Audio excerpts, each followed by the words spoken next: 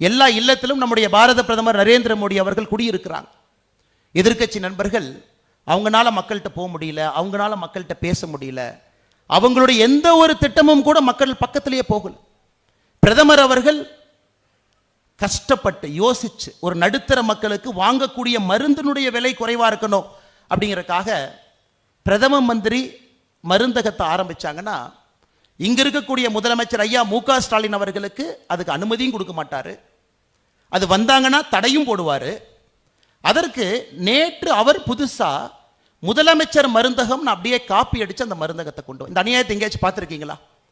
நாங்கள் செய்தால் அது குற்றம், நாங்கள் செய்தால் மக்கள்கிட்ட போக விட மாட்டீங்க, அதே இதை எடுத்து உங்க பேர் வச்சு எங்களுக்கு சந்தோஷம் தான். உங்க பேர்ல நாச்சி பிரதமர் அவர்கள் செய்வதை மக்கள்கிட்ட போய் சேரட்டும் தான் நான் நினைக்கிறேன். எங்களை பொறுத்தவரை நடுத்தர மக்களுக்கு அது செல்லணும். பிரதமர் எப்பொழுதும் அவர் பேரை கூட நரேந்திர மோடி மக்கள் மருந்தகன் போட்டது இல்லைங்க, பிரதமர் மக்கள் மருந்தகன் தான் போட்டுவாங்க. எனக்கு இந்தியாவில் எவ்வளவு பெரிய ரெவல்யூஷன் பாருங்க. நரேந்திர மோடி அவர்கள் ஆட்சிக்கு வந்து தலைவர்களுடைய பேரை வைக்காம பாரத பிரதமர் திட்டம்னு கொண்டு வந்த பிறகுதான் தமிழ்நாட்டில் பெரியார் அவர்கள் பேரும் அண்ணா பேரும் கொஞ்சம் குறைஞ்சு முதலமைச்சர் பேர் அப்படின்னு வெளியே வருது. ஏன்னா பிரதமர் அவர்கள் இந்தியாவில் ஏற்படுத்தியிருக்கக்கூடிய மிகப்பெரிய பொலிட்டிக்கல் ரெவல்யூஷன், மிகப்பெரிய பொலிட்டிக்கல் ரெவல்யூஷன். இந்த பர்சனாலிட்டி பேஸ்ட் பாலிடிக்ஸ்ல இருந்து சாமானிய மனிதனை நோக்கி அரசியலை கொண்டு வந்திருக்கின்றார். சாமானிய மனிதன் நோக்கி தமிழகத்தில் கலைஞர் நூலகம்னு பேர் வைக்கிறவங்க மருந்தகத்துக்கு வந்து முதலமைச்சர் மருந்தகம்னு பேர் வச்சிருக்காங்கன்னா அதிலேயே நாம் ஜெயித்து விட்டோம் என்கின்ற அர்த்தம். அன்பை சொந்தங்களே, அருமை சகோதரர், அதையெல்லாம் செய்திருக்கக்கூடிய உலகத்தினுடைய ஒப்பற்ற தலைவர் பாரத பிரதமர் நரேந்திர மோடி அவர். அதனால் இன்று கடுமையாக நாம் பாடுபட்டு கொண்டிருக்கின்றோம். அதற்கு பரிசு கைது. ஒரு நாளும் பாரதிய ஜனதா கட்சியினுடைய தொண்டன் ஏதோ ஒரு இடத்துல கைதாகிறான். அந்த கைதை கூட இன்முகத்தோடு ஏத்துக்கிறீங்க, இன்முகத்தோடு. நேற்று ஒருவர்கிட்ட தொலைபேசியில் பேசின சிறையிலிருந்து வந்த பிறகு பேசுவது வாடிக்கை. கூப்பிட்டேன், நான் எப்படி இருக்கீங்க? அண்ணே ஒன்றும் பிரச்சனை இல்லை, 7 நாள் போயிட்டு வந்தேன், போகும்பொழுதே ஏற்பாடெல்லாம் பண்ணிட்டேன், வர்றதுக்கு 7 நாள் ஆகும், வீட்டுக்கு தேவையான பணத்தை எல்லாம் கொடுத்துட்டேன். அந்த அளவுக்கு பாரதிய ஜனதா கட்சியினுடைய தொண்டன் எதையும் எதிர்பார்க்காம களத்தில் திராவிட முன்னேற்ற கழகத்தை 2026 அகற்ற வேண்டும் என்பதிலே தெள்ள தெளிவார். வேரோடு பிடுங்கி எரியப்பட வேண்டிய ஒரு இயக்கம் திராவிட முன்னேற்ற கழகம், வேரோடு. இன்னைக்கு முதலமைச்சர் அவர்கள் பட்ட பகல்ல கபட நாடகம் போறார், கபட நாடகம். நாம் ஹிந்தியை திணிக்கிறோமா? இப்பதாங்க 2 நாட்களுக்கு முன்பு காசியிலே தமிழ் சங்கமம் நிகழ்ச்சி முடிவுற்றிருக்கிறது. 3வது முறையாக, ஒரு முறை அல்ல, 2 முறை அல்ல, 3வது முறையாக பாரதத்தினுடைய பிரதமர் நரேந்திர மோடி அவர்கள் தமிழகத்தில் இருக்கக்கூடிய சொந்தங்களை அழைத்து சென்று காசியிலே தமிழ் சங்கமம் நிகழ்ச்சி 3வது முறையாக. சௌராஷ்டிரா தமிழ் சங்கம் நடந்து கொண்டிருக்கிறது. சிங்கப்பூருக்கு போறார் செப்டம்பர் மாசத்துல, திருவள்ளுவர் உலக கலாச்சார அரங்கம் சிங்கப்பூர். ஹூஸ்டன் அமெரிக்காவில் தமிழ் பல்கலைக்கழகம் அங்க இருக்கை, ஹூஸ்டன் பல்கலைக்கழகத்திலே தமிழ் இருக்கை. அவருடைய சொந்த தொகுதி வாரணாசியில, முண்டாசு கவிஞன் சுப்பிரமணிய பாரதியினுடைய இருக்கை வாரணாசியில். பாருங்க எந்த அளவுக்கு தமிழை நேசிக்கக்கூடிய ஒரு பிரதமராக நரேந்திர மோடி அவர்கள் இருக்கின்றார்கள் என்பது ஒரு நான்கும் சாட்சி, ஒரு நாள் இலக்கணங்க ஐயா. இங்கே நம்முடைய அமித்ஷா ஐயா இருக்கிறாங்க. நவம்பர் 12, 2022 ஐயா ஸ்டாலின் நல்லா கேட்டுக்குங்க. அமித்ஷா அவர்கள் சென்னையில் நவம்பர் 12, 2022 உங்களுக்கு ஒரு அறிவுரை கொடுத்தாங்க. மேடையிலே அமித்ஷா அவர்கள் என்ன அறிவுரை கொடுத்தாங்க? இந்தியாவில் மருத்துவ கல்வியிலிருந்து தொழில்நுட்ப கல்வி, medical education and technical education, அதை உங்களுடைய சொந்த தாய்மொழியில சொல்லிக் கொடுங்க ஸ்டாலின் அவர்களே. தமிழ்நாட்டில் தமிழ் மொழியில சொல்லிக் கொடுங்க. எந்த அளவுக்கு யோசிக்கிறார் பாருங்க. இவர் 1, 2, 3, 4, 5 தாண்டி மெடிக்கல் எஜுகேஷனை பத்தி சொல்றாங்க. உங்களுக்கு அறிவுரை சொன்னாங்க.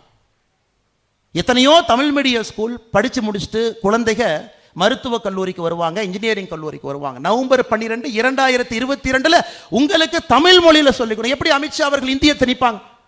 இதே அமித்ஷா அவர்கள் ஆட்சிக்கு இந்த துறையில் அமர்வதற்கு முன்பு மத்திய ஆயுதமேந்திய காவல் படை சிஏபிஎஃப் இருக்கிறாங்க. தமிழ்நாட்டில் எத்தனையோ சகோதர சகோதரிகள் சிஏபிஎஃப்க்கு போறாங்க, சிஆர்பிஎஃப், சிஏஎஸ்எஃப். நம்ம பார்க்கிறோம், தமிழர்களை பார்க்கிறோம், பெருமையா இருக்கு. இதற்கு முன்பு இவர் அந்த இருக்கைக்கு வருவதற்கு முன்பு பரீட்சை எதில் இருந்துச்சுங்க?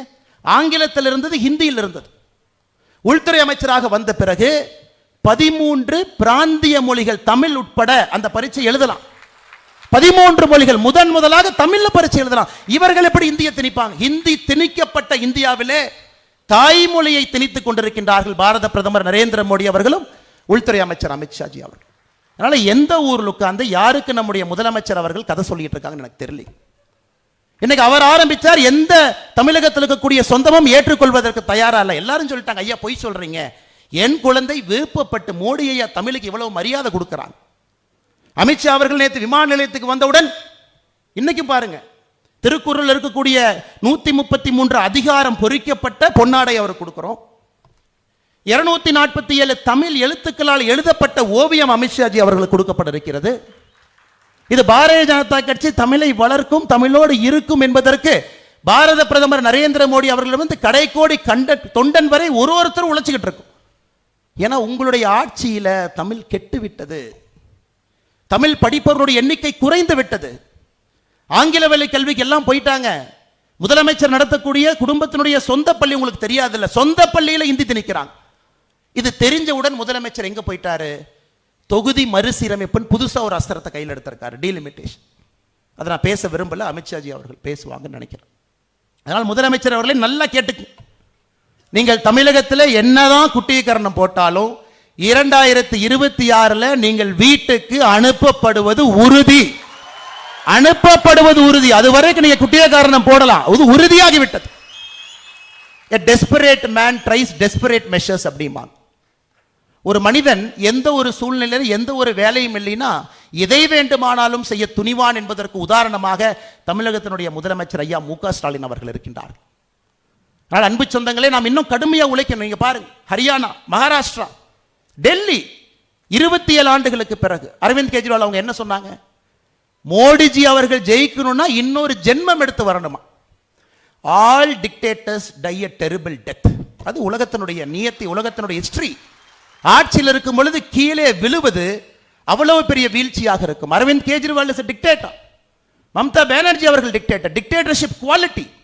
எம்.கே. ஸ்டாலின் அவர்கள்ட்ட டிக்டேட்டர்ஷிப் குவாலிட்டி. யாராவது ஒரு டிக்டேட்டர் சைக்காலஜி படிச்சீங்கன்னா அந்த ட்ரைட்ஸ் அப்படியே அவங்ககிட்ட இருக்கும்.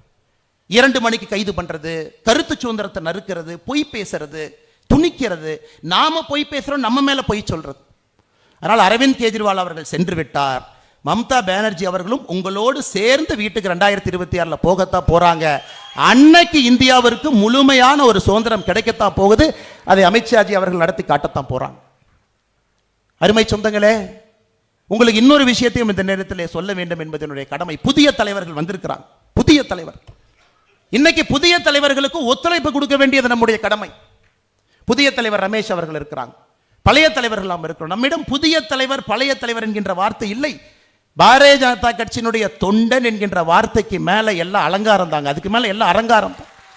அதனால் ஒற்றுமையாக எல்லோரும் இருந்து பணி செய்ய வேண்டிய நேரம் 2025 கண் முன்னால் வெற்றி தெரியுதுங்க.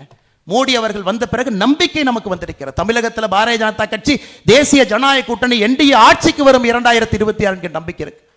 ஆனால் நீங்கள் இன்னும் தீர்க்கமாக, வீரமாக, விவேகமாக, இன்னும் ஆழமாக நீங்கள் பணி செய்ய வேண்டும் என்ற அன்போடு சொல்லி, மிக அற்புதமாக இந்த கட்டிடத்தை, நம்முடைய கோவிலை, நம்முடைய வீட்டை மக்கள் பயன்பாட்டிற்கு கொண்டு வந்திருக்கக்கூடிய எல்லா குழு, ஆர்கிடெக்ட்ல இருந்து, கொத்தனாரில் இருந்து, மேஸ்திரியில இருந்து பணி செய்த எல்லா அன்பு சொந்தங்களும் இருக்கிறாங்க. அவர்களுக்கும் இந்த நேரத்தில் நன்றி தெரிவித்து, குறிப்பாக அண்ணன் சக்கரவர்த்தி அவர்கள் நன்றி தெரிவித்து, மேடையில் இருக்கக்கூடிய எல்லா அன்பு தலைவர்களுக்கும் நன்றி தெரிவித்து, கடுமையாக உழைப்போம் என்கின்ற சூழலை நீங்கள் எடுக்க வேண்டும் என்போடு சொல்லி, இந்த மகா சிவராத்திரி என்னன்னாலே எல்லாம் வல்ல இறைவன் ஈசன் சிவபெருமானுடைய அருள் என்றும் நமக்கு இருக்கும்.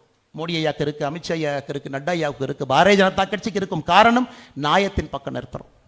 சில நேரத்தில் சிவபெருமான் அவர்களே விஷத்தை சாப்பிட வேண்டிய கட்டாயம் அவருக்கு இருக்கு. இவர்கள்லாம் விஷத்தை சாப்பிட்டு தான் இங்க இருக்கிறாங்க. இத்தனை ஆண்டு காலமாக விஷத்தை உண்டு உண்டு உண்டு காஷ்மீரில் 370 ஒரு நாள் எடுக்கலைங்க, 50 ஆண்டுகள் ஆச்சு. ஒரு நாள் எடுக்கப்படல. அதையும் நாம் புரிந்திருக்கின்றோம். ஒரு நாள்ல எந்த வேலையும் நடக்காத அரசியல். சில நேரத்தில் பொறுமையாக இருந்து ஒரு விஷயத்தை கையாண்டு விஷத்தை உண்டு அந்த வெற்றியை நோக்கி செல்ல வேண்டிய ஒரு கட்டாயம் நமக்கு இருக்கு. அதனால் பாரதிய ஜனதா கட்சி நாம் அனைவரும் கூட சிவபெருமானை போல விஷத்தை உண்ணுவதற்கும் நாம் தயாராக இருக்கின்றோம். அதனால் மக்களுக்கு நல்லது நடக்க வேண்டும் என்று சொல்லி இங்க இருக்கக்கூடிய எல்லோருக்கும் நன்றி தெரிவித்து என்னுடைய உரையை முடித்துக் கொள்கின்றேன். நன்றி, வணக்கம். பாரத் மாதா கி, பாரத் மாதா கி, பாரத் மாதா கி. சமையலறையிலும் திறமை